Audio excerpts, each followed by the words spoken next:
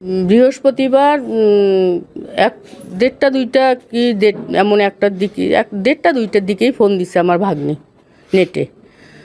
বললো, মানিনি কেমন আছো, কি করো, তোমার শরীর এখন ভালো আছে, হ্যান ত্যান এগুলো এমনি কুশল বিনিময়। আমার বড় কোনো কথা বললো, জিজ্ঞেস করলো কী দিয়ে রান্না করছিস, এই কুশল বিনিময় করে ঠিক আছে তখন কথা হলো।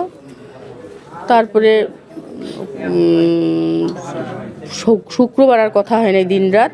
আজকে শনিবার আর দিনের বেলা কথা হয় নাই। আমি 9:45টার দিকে ফোন দিছি যে একটু কথা বলে শুনি কেমন আছে নাই।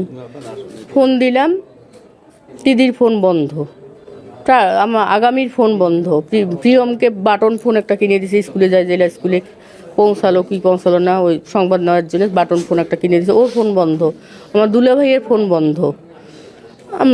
কি সবার ফোন বন্ধ কেন, এমন তো কোনো দিন হয় না। তখন আমার হাজব্যান্ড আসলো কিছুক্ষণ পরে, তো বললাম আচ্ছা দিদিদের ফোন সবার বন্ধ কেন, এরকম তো কোনো দিন হয় না, 4টে ফোনেই বন্ধ। কয় না হয়তো এমনিতেই বন্ধ করে রাখছে, কি আর আমাকে চাটা খেলো। তারপরে আবার ফোন দিচ্ছি একটু কথা বলবো, না ফোন যায় না। তখন আমি আমার হাজব্যান্ডকে বললাম চলো না যাই একটু দিদির বাসায় দেখা করে আসি। এখন আসলাম, আসার পর কলিং বেল চাপি, কলিং বেল দিদি প্রিয়ম প্রার্থী আগামী এমন করে ডাকি, সারা শব্দ নেই। একেবারে চিৎকার চেঁচামেচিতে। তারপরে এই যে দেবুদার এই বাসার মালিক দেবুদাকে নক করলাম যে দাদা একটু খোলেন তো, আপনার পাশের বাসা আমার দিদি জামাইবাবু যে মোবাইল বন্ধ, সারা শব্দ নেই, আপনারা একটু খোঁজ রাখছেন? কেন নাই, কই খোঁজই পাচ্ছি না। কয় হ্যাঁ কেন জানি কাল থেকে কোনো কথাবার্তাই শোনা যায় না, এমন করে বললো। তো আমাকে একটু খুলে দেন তো, এখানে ছোটো প্রাচীর টপকায়, আবার ওই নিচতলাটা তো এখন সম্পূর্ণ করে নাই আমার দুলা ভাই, ওই পাশ দিয়ে তো খুলে দিল, প্রাচীর টপকায় আমার দুলা ভাইয়ের ওই নিচতলায় উঠলাম।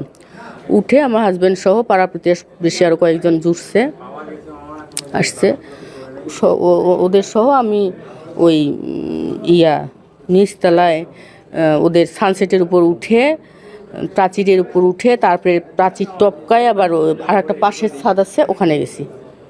গিয়ে জানালায় ধাক্কায় জানালা সব আটকানো ভিতর থেকে, ধাক্কায় খুলে না। তারপরে খুব জোরে একবার ধাক্কা দিছি, জানালাটা খুলে গেল। পর্দা আবার সরানো সুন্দর করে দিয়ে দিছে। তারপরে পর্দাটা গুজিয়ে দেখি তো অস্ফোকাস করে দেখি একদম মানে বিছানায় কাপড় চোপড় দিয়ে ভরে গেছে, সব ড্রয়ার সব খুলে ফেলছে।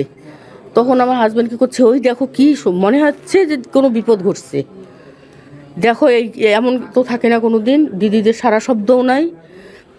এখন কি হবে, কান্নাকাটি, অনেক জোরে কান্না চিৎকার শুরু করছি, প্রতিবেশী আরও জুটে আসছে।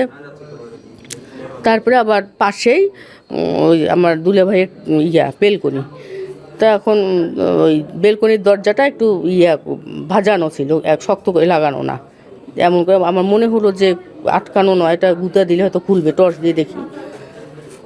তারপরে ওখানে বাঁশ ছিল, জোরে একটা ছেলে বাঁশ দিয়ে দিতে বললাম, গুঁতা দাও তো, গুঁতা দিল, খুলে গেল।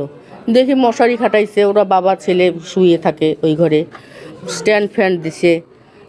টর্চ ফোকাস করে দেখি ওর বাবা মানে আমার দুলা ভাইও নেই, বাচ্চাটাও নেই।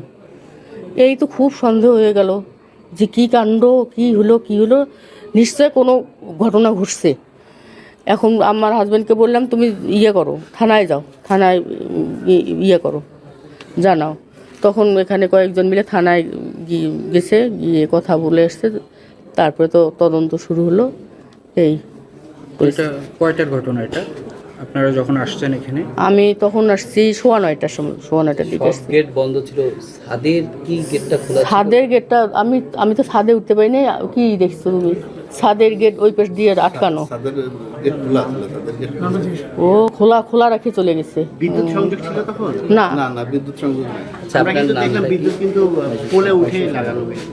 আপনার নামটা কি? আমি পূজা চক্রবর্তী। কি হয় তারা? আমার বড় বোন প্রীতিলতা চক্রবর্তী, আমার বড় বোন।